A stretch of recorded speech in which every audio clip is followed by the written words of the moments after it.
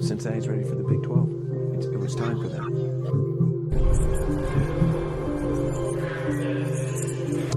I am fired up. It's a blessing to be able to be in this league with y'all, putting on for UC. Cincinnati, a basketball school. And there he goes. Touchdown, Bearcats! Raquama again, another slam inside. Cincinnati. Ladies and gentlemen, welcome back to the GoBeercats podcast. I'm your host, Brandon, and as you can see here, right from the jump, we have our now two-time guest, Scott Springer from the Cincinnati Enquirer, here with us to break down everything that he saw at Camp Higher Ground the past 2 weeks, and maybe a little bit more. We'll find out. Scott, welcome back to the show. Thank you. I mean, twice. I'm honored. There's like a lot of famous people that have been on this thing, and not all that many make it twice. So thanks for having me back. It's a big day. That's true. I appreciate your time here. It was episode 68 way back when. It feels like they all remember that, I'm sure. Yeah, it feels like it hasn't been that long ago, but we've done some work over the summer, so there's plenty of content that we've done to keep this thing rolling, even though the we're out of season, if you will. But we talked to a bunch of our new neighbors across the Big 12, got in touch with a lot of those fan bases, tried to learn about them as much as we could, and then now we are less than 2 weeks away from football season actually being here. But if people who follow you on Twitter or follow you along with your work on the Cincinnati Enquirer, they know that you were seems like you're at Camp Higher Ground a lot. So I thought it'd be nice to have you on here to sort of give us some insight on what we can expect this upcoming season. Yeah, well, the food's great, so that helps when I can go out there and get some good grub there around noontime. But yeah, I've been going out there since 1999 when it first started. So what they've done with the place is amazing. They've added the turf fields, and the dining hall's not new anymore, but compared to what it was, it's outstanding, and all sorts of new dorms. And it's one of those things that some of the coaches have come in and not really understood why it worked. And then after a couple of days that they kind of figure it out that there's nothing to do out there other than football. And so that gets the guys together. And next thing you know, you have guys that wouldn't necessarily talk to one another, talking with one another, and they bond and they become more of a team. And Brian Kelly's the biggest example of that. He didn't want to go. He didn't see the reason in going. And then it was a 10-day deal then. And then in the middle of it, he said, hey, can we make this 2 weeks? And then with Notre Dame, he tried to come in and get it. So he liked it that much. So every one of the coaches have liked it. By all accounts, Satterfield staff liked it. And he'll even say that the guys like it. They'll complain a little bit about, all this stuff about going out in the country. But, you're talking about UC, a landlocked urban campus, and some of the kids maybe have not seen woods and creeks and rivers and lakes and fish and deer and things like that, and they get to see it. So it kind of brings them together. That is very true. I can sort of speak to experience on giving kids new experiences when it comes to nature. So some people might think that might be silly, but no, that is true, and that's a good point that you bring up. I want to get into a lot more in-depth stuff here, Scott. I know you're a second-time guest here on the show, so that you know that this is the GoBeercats podcast. So before we get too far into anything, it is time. Oh, there you go. What do you got? This Drekker is something that I picked up from the Delhi liquor store. Of course, the Time for a Beer is brought to you by the Delhi liquor store. This one, I think they are from Fargo, North Dakota. So this beer took quite a journey to get here. It's called Make It Spooky Double IPA. I thought maybe it'd have some sort of maybe like a pumpkin spice to it or something out of the ordinary. But here's a look at it. It's just a hazy thing. Yeah. It's just hazy IPA. There you go. Nothing pumpkin about it. So kind of those double IPAs will sneak up on you now. They will. This is you just sip that thing, or otherwise I might have to finish this show. It's kind of scary too here because they don't have ABV on here, so I have no idea how strong doubles tend to be 8 or more. It seems like. I would guess that's probably where it is, and it's super smooth, so it doesn't taste like it. So watch out here. We'll see what we can do.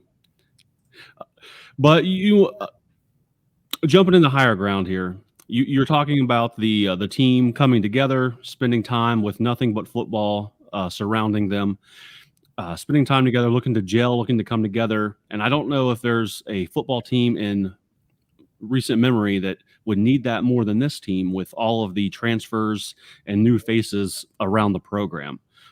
So in that same vein of gelling, coming together, what sort of activity do they do? Activities outside of football to drive that? I know I know that there's been like an off night. They go to the movies or something in years past. So kind of speak to or what you know of like the brotherhood bonding that they have going on out there. There is a pool there, and then there are places to fish, and they have in recent years put a zip line out there, and then I think they have a couple other things, maybe a disc golf course, I believe.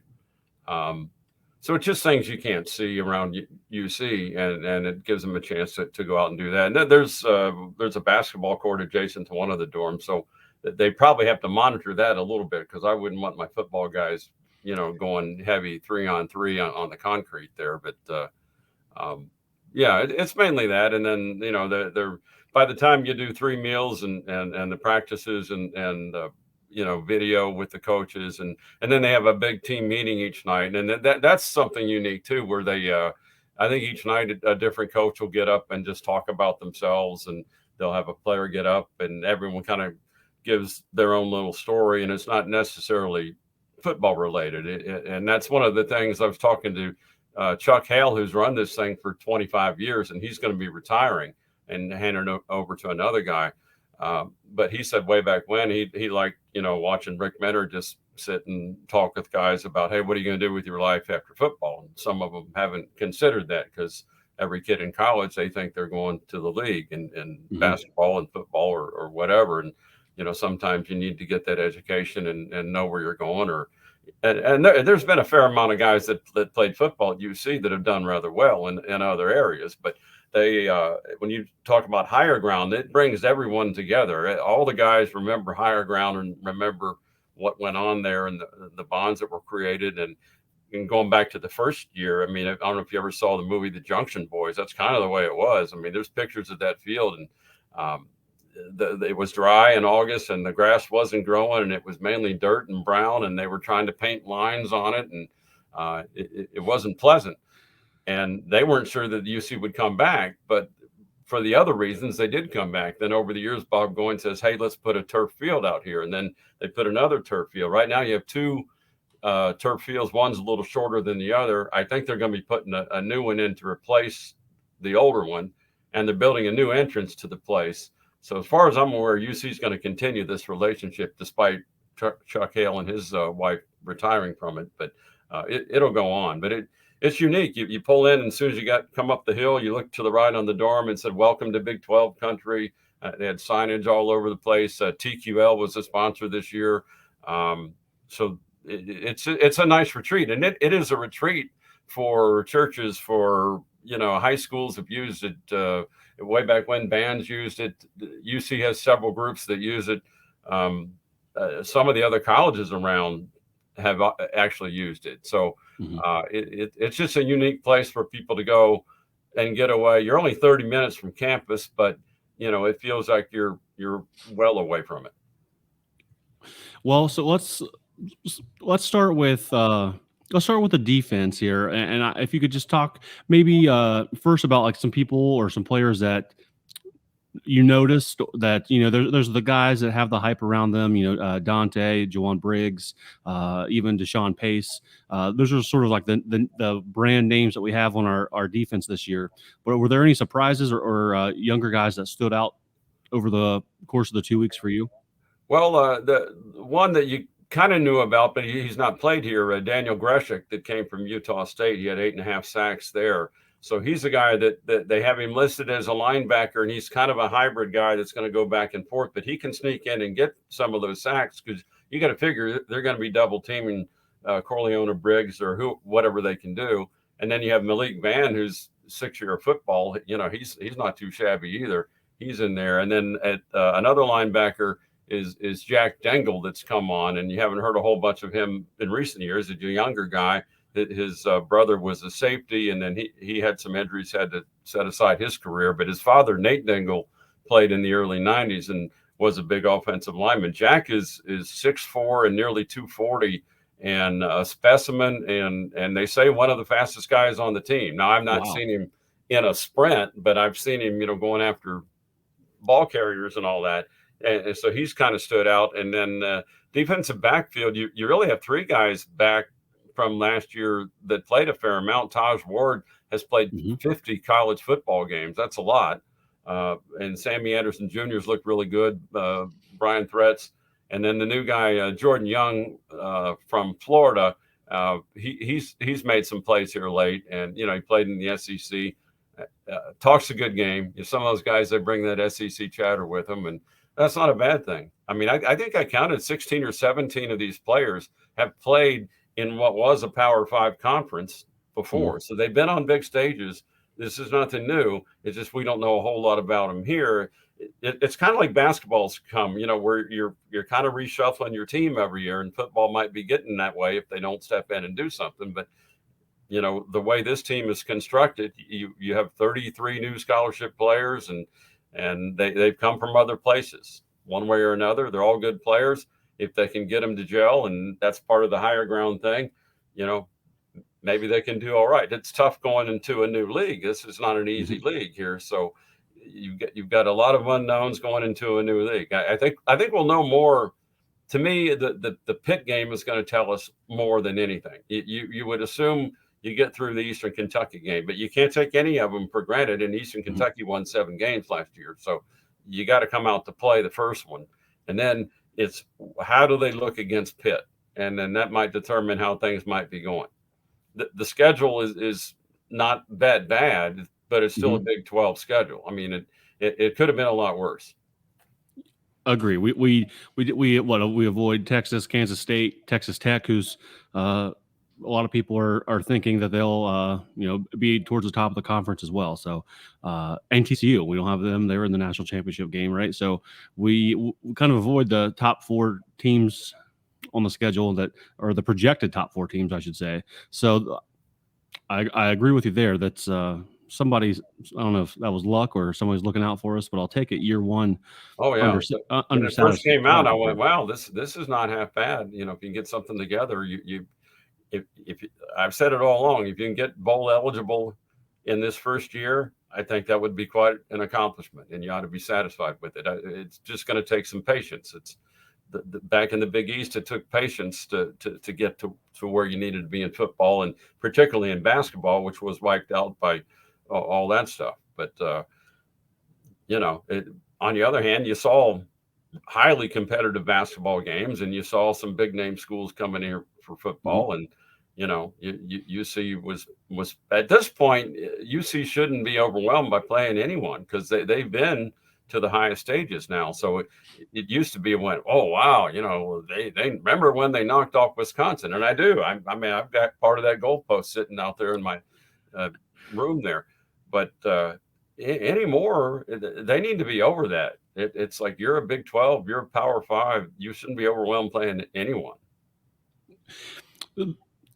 I think for this year, and we can dive into this more a little bit here, but the defense is what everyone is sort of relying on. We have the names, we have like the guys with the preseason awards on the awards list, and the question marks all come from the offensive side of the ball, it seems. So from your time at Camp Higher Ground, I think a lot of people would just guess that the defense is running over the offense and the offense is not progressing, and we'll be lucky if we average 14 points a game. I think that's some people's mindset with the collection of guys that we have on offense. So what can you tell us about what you saw with what was happening between the offense and defense? Was it clear that the defense is that much better than the offense? They're pretty good. There's no question. And talking with Kerry Combs, the defensive backs coach, and Scott Satterfield, it's the inexperience that they might have back there is offset by the fact that defensive line is going to hold some people up. So that might give them an extra second or two in that secondary to catch up to somebody. If Corleone or Briggs is chasing a quarterback, or Gresham is sacking a quarterback, or Deshaun Pace is making a play, which he's done all spring and summer so far. So what I noticed, like they scrimmaged last weekend, and the first series they had the ones in there, and it did look like that. It looked like, wow, this defense is not going to let this offense move. But then the offense started moving. Now they did not play Corleone and Briggs a lot, and that was because it's like, look, there are guys, we know what they can do. We got to get them on the bus for the season. So they did play, but they didn't play them as much as they could have.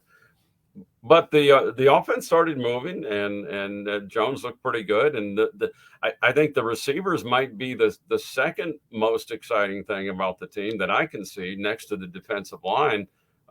They've got some pretty good guys that can go get the ball. The two guys from Louisville, Braden Smith is the smaller one, but he's caught so many things and just seems like to be a pretty good dude. He's the one that we found out he's a pilot. So he flies down to Lunkin and around. He's got his pilot's license.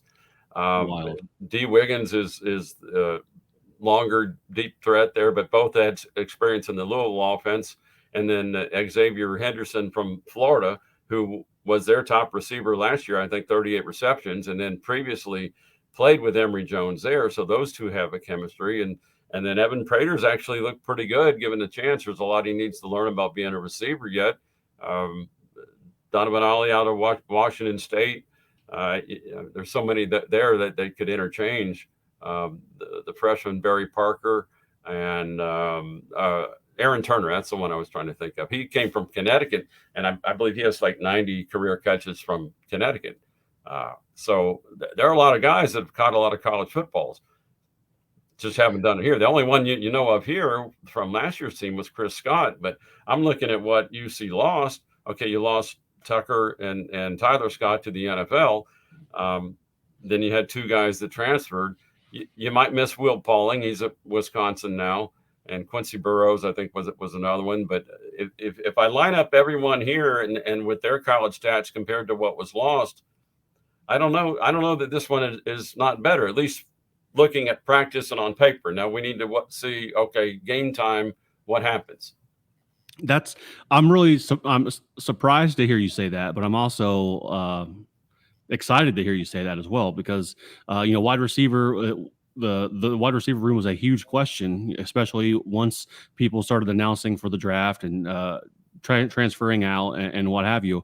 It was really a question of who are we going to throw the ball to, because we had one guy return from last year. So to hear you say that they're probably the second most exciting unit on the field, that gives me excitement and some hope there. I like that a lot. Well, I sit next to Jim Kelly, who does the radio color commentator, and he was at UC's top receiver for 3 years in the 70s, so he knows a thing or two about catching a ball, and he was kind of agreeing with me, standing there. So these guys look pretty good.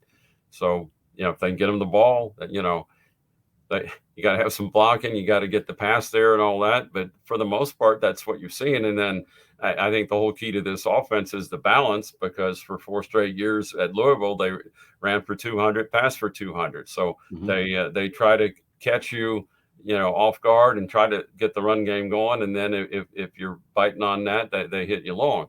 That's kind of the way it's worked. So if Emory can make the passes, and by all accounts he has, and then the upside here late at higher ground, he had a tooth removed the other day, so nothing major. He'll be right back. But that allowed for 2 days Brady Lichtenberg to get a whole lot of reps, and Brady Drawgosh, they're really high on him, the true freshman. But I think he might have to wait in the wings a little bit. But Lichtenberg got a lot of reps too, and so that's good, because a lot of seasons you need 2 quarterbacks. It's rare to keep the same guy in. We saw it last year.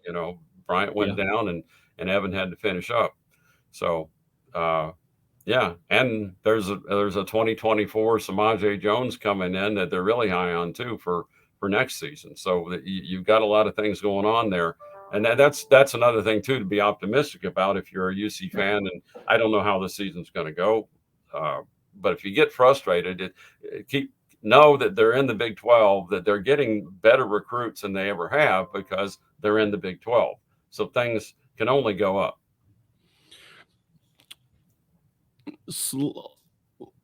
You bring up the need for two quarterbacks usually.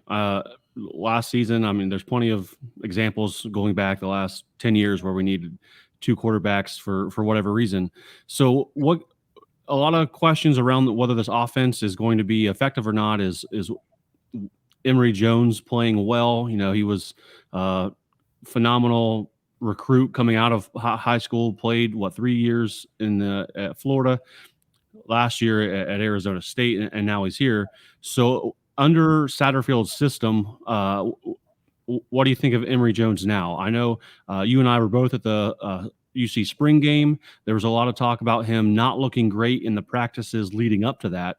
And then in the spring game, I thought he looked very effective at times. Right. So what do you think about his progress in the Satterfield system now that Higher Ground's over? Well, watching like a lot of red zone drills, it looks to me at any one point, if Emory needs to run it in, I think he can run it in. I think he's tried to hold back and run what's designed and everything, but it's just an option there that he has pretty good escapability. For whatever reason, Arizona State didn't run him a ton last year. You know, the year before at Florida, he ran for 759 yards. So he certainly can run. You saw the spring game; he made all the throws. Now, I believe I told you that, or I told a bunch of people, Ben Bryant in spring practice, I thought was throwing the ball better, and Emory, but Emory in the spring game threw the ball really well. So maybe when the lights come on, when it's showtime, he's ready to go. But he, for the most part in practice, he's thrown the ball pretty well, and the receivers have helped him out too by making some pretty outstanding catches. So yes. I can't tell you that he's going to win the Davey O'Brien Award here anytime soon, but let's see what happens. I think the first game you should see some good signs, and then we'll see what happens against Pitt, and that might be able to tell you how things might go. And if they go bad, that doesn't mean everything goes totally south. You never know. Most seasons, you're going to win one you're not supposed to win, and you're going to lose one that you were supposed to win. If you look back in history, Luke Fickell's first year was pretty miserable, quite honestly. They won 4 games, and I think 3 of those 4 they kind of backed in. They were not like pretty wins, and the first win was against Austin Peay, and it wasn't overwhelming. So that was a 4-8, and I think Butch Jones was a 4-8 in his first year, and then turned it on. So we'll have to see. I don't want to paint a really optimistic picture, but I don't want everyone to think, well, doom and gloom, they've got no chance, because I listened to a podcast today with Reese Davis and Pete Thamel. I'm out cutting the grass, and they're running through the Big 12, and naturally they don't give UC a chance. I think they picked them under 4 wins or whatever the rating was. I don't know. It looked to me like they just kind of read the Cliffs Notes, and they haven't really done a whole lot of in-depth work, which they really can on every team. But I mean, Thamel referred to Pace as Duchesne Pace, so that tells me that maybe he didn't do a whole ton of work. He's brilliant. I'm not Pete Thamel. I defer to Pete Thamel. He breaks a lot of stuff, and I'm sure he would prefer to have the name right. But I don't know. You can't get too worked up about this stuff. It's like the preseason votes. So I now have an AP vote. I didn't realize they publicized everybody's voting. And man, I had some people all over me this week. It's like they got my Twitter account, and I really I pissed off Corvallis pretty good. And it was an honest mistake, and I tried to explain what had happened. It was on the online balloting. There's a drop down, and I forgot somebody, and I went back and I put some teams in. And as I did that, I omitted one that should have been in, and it should have been Oregon State. So I missed it, and I told them, and then they kind of backed off a little bit. But I was like, that came out, and then suddenly I'm getting all these Beaver people just nailing me on the X. Angry Beavers. Nothing worse than an angry Beaver on Twitter, right? Nothing. Yeah. Nothing. I'll have to remember to stay away from that fan base. That's that sounds brutal. There's probably a beer in Corvallis named Angry Beaver Ale. There should be if there's not. That should be their NIL beer if they're not on top of that yet. Yeah, definitely should do that. Scott, what do you think of? So you said that Lichtenberg got a lot of snaps as Jones was out for a tooth pulling, but I feel as though there's in the fan base, starting with the spring game, there's as the Cincy Light thing falls back behind me. There's a lot of buzz around Drogosh. Right, Yeah. the freshman, he looked really good at the spring game. The football team, the media team is putting out highlights from camp where he's got the play of the day a couple of times. So I mean, you said he might have to wait his turn. Do you think he's third on the depth chart right now? Because based on reading between the lines and what they've said, that now they haven't really officially came out with a depth chart, and they try to shy away from things like that, and they really don't want people like me or anyone else to do a depth chart. But you see what you see, and you hear what you hear. So right now, I mean, it's Lichtenberg at number 2 from what I can see, and then Drogosh. But I think if it got to a situation, say God forbid Jones was hurt, and then you had to go to a starter, okay, I think they'd start with Lichtenberg, but I think they'd give Drogosh a pretty hard look because he's going to be special. He's got the size that you want. He's really fast. In the scrimmage that I'm talking about this past weekend, he reeled off a 99-yard run, back against the wall. You don't expect that. Most quarterbacks are going to get caught, so he peels down the right sideline and they didn't catch him. And the DBs are pretty fast. So he's got some wheels there. So, and he's a tough kid. And you have to like, too, that he was recruited by the other staff and then hung around. I mean, he could have picked up and left like a lot of the guys did, and he hung around. So that I think that's outstanding. Now, what happens after this season with the portal and all that stuff? I mean, your job never ends doing this. I mean, the season ends, and then you're still hopping, trying to figure out what kid's going where and all that stuff. Scott, I want to ask you about 2 other units on the field here. I think you wrote an article, one of the many articles that you wrote covering the Bearcats over the past couple of weeks. I'll be sure to link some of those in the show notes here. But you wrote one about the next generation of tight ends. At UC, and a lot of people like to proclaim UC as tight end U. With our long history of sending guys to the league at tight end, who stands out for you amongst that crew right now? Well, they're going to run a lot of 2 tight end sets, so you're going to see a fair amount of Shimon Mateer and Peyton Singletary, and both specimens both have a lot of promise. Singletary has the lone touchdown catch. I mean, out of both of them, they only have I think 3 receptions between them coming into the season. So this is the year these guys. This is your turn. You got to take advantage of it. But not this past spring game, but the one before that was in the bubble because they had rain that day. And Mateer caught 2 touchdown passes, one from Bryant, one from Prater, and looked really outstanding. And like last season, I was thinking maybe he can sneak in there between Wiley and Taylor and get some reps, but it didn't happen. I mean, you got 2 NFL tight ends there. So this is his season. And then Singletary had a touchdown pass against Kennesaw State, maybe, or one of those schools.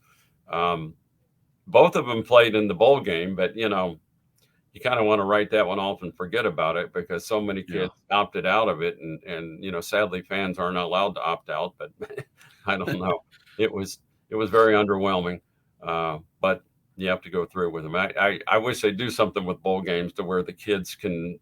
To me, it's like fulfill your obligation, play the game. People are paying good money to come and watch these things, and they're on TV. You might as well give it a go and try to win the thing. But it was a weird one, when you got Louisville against Cincinnati, and some of that staff is now coaching our guys. Braden Smith was playing for Louisville, now a Bearcat. Brian Brown, defensive coordinator, now UC's defensive coordinator.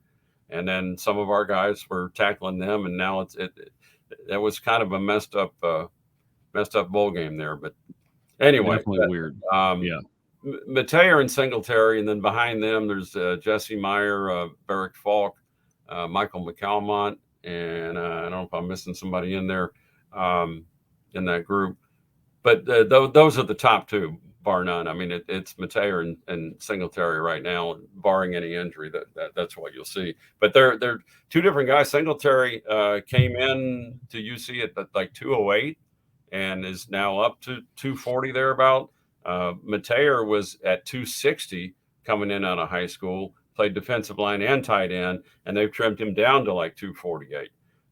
But big fella that can do a lot of things and catch the ball. Pretty good interview. So I hope he gets into the end zone. Both of them. Quite often, I hope, for sure. For that to happen, the other unit I want to talk to you about is the offensive line. The offensive line has to be pretty effective as well, and gel, be able to work together. I think there's a lot of components that go into a solid line. So what can you tell us? You said that the stars on the defensive line didn't get that many reps because we know what they can do. What does that mean for the offensive line being challenged? What did you see from them? What's the outlook? What should we expect as far as the O-line this season? Well, again, they're playing one another, so they've held their own, and you got to figure, well, if you're going up against one of the better D lines, that's got to help your O line. I think you're going to see some of these guys that transferred in playing a fair amount. You'd like to say, well, we're returning our offensive line third year in a row. It's just not the case. You're returning Gavin Gerhardt at center, and then you've got John Williams and D'Artagnan Tinsley to the left of him, more than likely, and then Luke Kandra out of Elder that also played at Louisville, knows that offense, and I see a lot of leadership qualities out of him. And the big fellow from Kentucky, DeAndre Buford, came in. That looks like the right side to me. Then you have Trevor Radosevich, who came from Penn. Great interview, very talkative Ivy League lad, and he's an interchangeable part.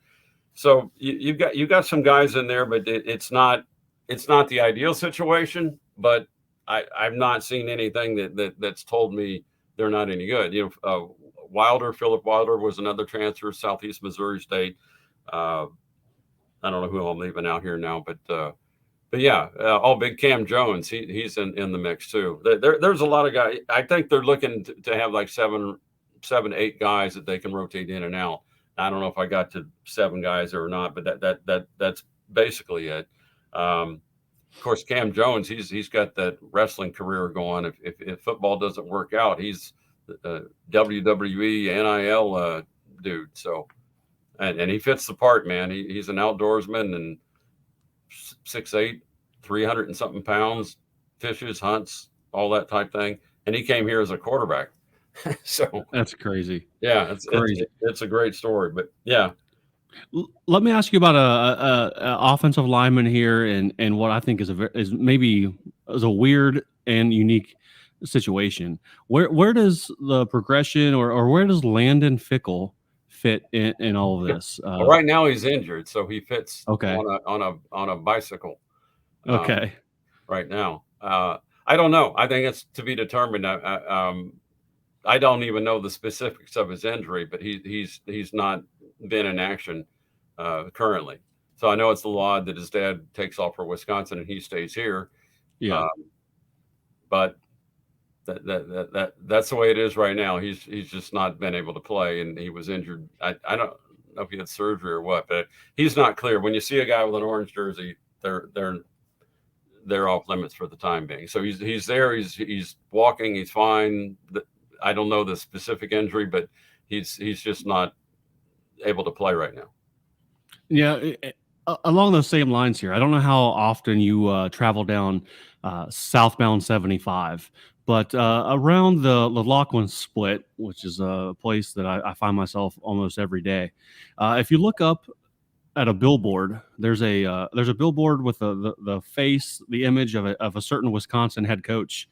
Wishing the local football players to have a great season in the Cincinnati area. Have you seen that billboard yet? Is it a Wisconsin billboard? Yeah. Oh, yeah. I mean, I've not seen it then. Yeah, I'll have to check that out. Yeah, I'm sure that's a strategy on their part, but I'm sure it is. Well, yeah. I mean, he's, where would he recruit the best? Where he's familiar with. So I'm sure he'd recruit the heck out of Ohio. And he did take some guys. with him. That's just the way it goes. You know, when a coach leaves, it's like things are going to change. You know, staff's going to change, and same. You know, when Scott Satterfield came in, you know, there's a good many people have come with him from Louisville, and I think it was about 5 transfers player wise. So it's the name of the game. You can get mad at him for leaving, but you know, heck, if somebody comes and offers you or I $7 million or whatever that Luke got to go to Madison, I'm saying, well, who do I talk to? Who's a real estate agent there? You know, but we'll see you. But Right. yeah, we don't have those issues though. Yeah, definitely not. If we go back to the football field here, though, I really there's like two other groups I want to ask you about, and sort of your takeaways from it. The first being the running back room. It seems to be it would be a strength for the team this year with Corey Kiner, the 2 Montgomerys, maybe being the top 3 there. What do you see coming out of the running back room, or who do you think? Which guy has which roles? Is there a bell cow? Is there more of a power guy that you feed at the goal line? What roles you see for these guys? They've kind of stuck to the running back by committee thing, but it looks again, and this has been mentioned in interviews, so this is not a great secret, that the top 2 would be Corey Kiner and Miles Montgomery. Miles had a nice 70-yard run the other day, and some work at higher ground, and then Kiner's been kind of a go-to in the red zone, and he's just tough to tackle, you know, and he's trimmed down some, but you know, added muscle and all that type thing.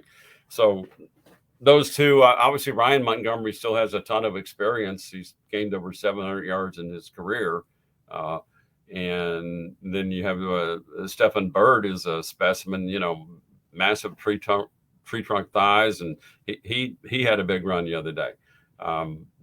They just need the carries. Ethan Wright was your top ground gainer in the bowl game. Mm-hmm. So he's been a little dinged up, but right now it looks to be Kiner and Montgomery.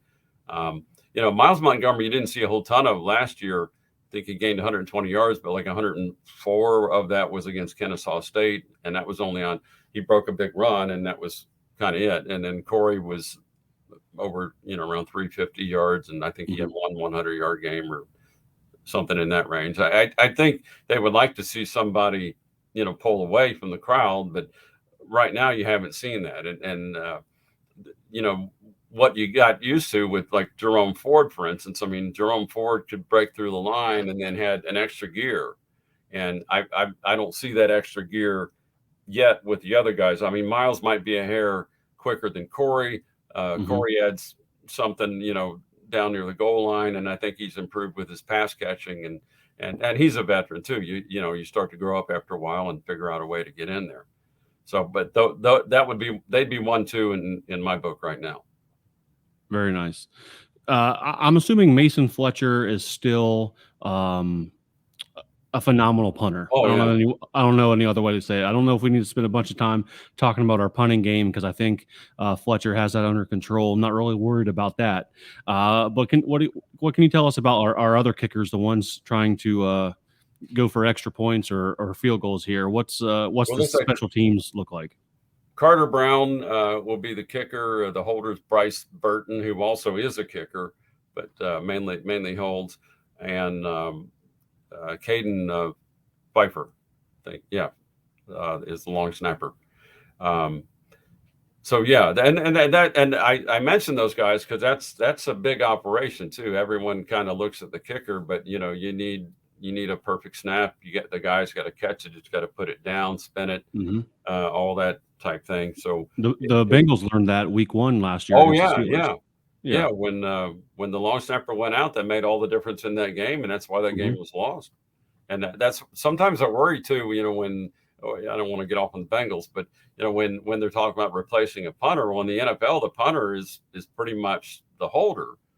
So the guy can punt the fool out of the ball, but is he good at holding and getting that down? Because that's a smooth operation that you need to be successful. So a lot of things that goes into it. Now Fletcher is the backup holder, and probably, come NFL time, he's probably going to have to learn how to be the holder, because just for roster space, that's just the way it goes. If you punt, you're more than likely also holding. Way back when the quarterbacks did it, but they don't want to get the quarterbacks hurt now. So, but yeah, Mason Fletcher ought to win the Ray Guy. On the other hand, I'm fine if I don't see him punt all year, but you do need a punter, and he can flip the field. And any state that needs range should bring Mason Fletcher out and see if he can break the drought, just kicking the ball skyward. They're unique. All those dudes in Australia that go to that kicking academy, they're highly skilled dudes. His brother kicks. His dad was a rugby superstar, and they grow up kicking balls. So that's what they do, and they're very good. Yeah, very good at it for sure. So last football question here for you, Scott. Certainly appreciate your time. I kind of want to know what a lot of people have been. They'll make fun of or they'll rag on Coach Satterfield. They don't think he is definitely a different vibe of a guy from Coach Fickle, especially when you're kind of comparing the two and sort of their personalities and whatnot. I think I've said that he seems, I've never met him, but he seems kind of a little bit like Ned Flanders from The Simpsons. Okay, so kind of that's how I would that's just my impression of him. But I think a lot of people thought this hire was very interesting, unique, and sort of unexpected for UC to hire Satterfield from Louisville. As a diehard fan and everyone else that's listening, why do you think we should have confidence in Satterfield? Maybe not just this year, but moving forward into the Big 12. If you look at his resume as a whole and not just Louisville, then it's pretty impressive. I mean, I think he was 25-24 at Louisville, but then there were some extenuating circumstances with injuries and things like that. That league was not terribly easy. The ACC, playing tough teams, night in and night out. He did win his first year ACC Coach of the Year, and he was a Sun Belt Coach of the Year with Appalachian State, and was part of national championships there. Before they went up to the bigger level. So, and he was part of one of the more historic upsets ever, knocking off Michigan, in Ann Arbor. Now that's 2007. You say, why does that matter? But you have to have been in situations like that. So I don't, off the top of my head, I don't know his career record. I'm like ballpark 75, 76, and 48 or something like that. Not too bad. It's just right now he's going to the Big 12. So it's going to be tough. There's no question about it. I mean, he's thrown into the fire. You've got a bunch of players that no one knows a whole lot about, and you're going into a new tough league. So you're going to have to give him a season or two, to be fair. But I understand you go from Luke Fickell, who takes you to the highest level you've ever been as a football program. But what I'll say is let's go back to that first year of Luke Fickell. And, Tuberville leaves because he was kind of on the back nine anyway. Literally. Yeah. He spent a lot of time on that back nine. He could read a green. Yeah. But yeah, the first year with Fickell, to be honest, it was, I was thinking it's like, well, he talks this tough game and everything, but when did we see it? But boy, that second year, you saw it. All the toughness, the Brady Collins, the strength training, everything that they got into. And he had Doug Rossfeld was on the staff, and Doug eventually goes to the Bengals. So he stuck to his plan, getting good local guys, turns it into a team. You get a good quarterback with Ritter, and people started buying in, and you saw what happened. So, what you have to hope in this first year with Coach Satterfield is that they're competitive enough to give people promise, and then you have to know that in the Big 12 you're going to be getting better players, and it's going to get better. You're going to see that performance center go up there across from the baseball stadium and the other practice field. Eventually there'll be two structures there that you didn't have, and it's an arms race when you're trying to get kids. You bring them in. They want to see all the stuff. They, what do you have? What do you have? And the first 2 years of this TV contract, you're getting 18 million, then 19 million. Then in year 3, it's 31 something million. And so there's going to be more money available. So it might take a little time to build, but they're building now. I'm not Scott Satterfield's agent by any means. I'm not endorsing and saying, let's, vote Satterfield 2023 or whatever. I'm just telling you what I see. He's been a competent coach. He's got a career, nice resume. And, I'm sure Louisville fans will say, well, we're glad we got Jeff Brom. Well, Jeff Brom's a hometown guy. They probably should have gone after him maybe in the first place. But Scott Satterfield was this close to being hired when Luke Fickell got hired. He was there on the list. So it's just the way things work out, and we'll have to see how this works out. But it's not like he doesn't know football, and he's hired some pretty good coaches, and the defense, they led the nation in sacks, and now you're giving the coach that led the nation in sacks a roster of dudes like Dante Corleone, rather, and Jawan Briggs and Eric Phillips and Malik. It's amazing, really. Your front defensive line, they're all local guys. And Deshaun Pace, local guy. You got all these high school dudes. So again, you circle the wagons, recruit the kids around here, which is what Luke Fickell was good at. If you can get back to that, you're onto something. There again, Big 12 though is Big 12. So you got to go to Florida. You got to go to Texas. You got to go where the dudes are. You want a bunch of them from around here, but if the players are somewhere else, you got to go hunt them down, because now you have the money to do so. Definitely.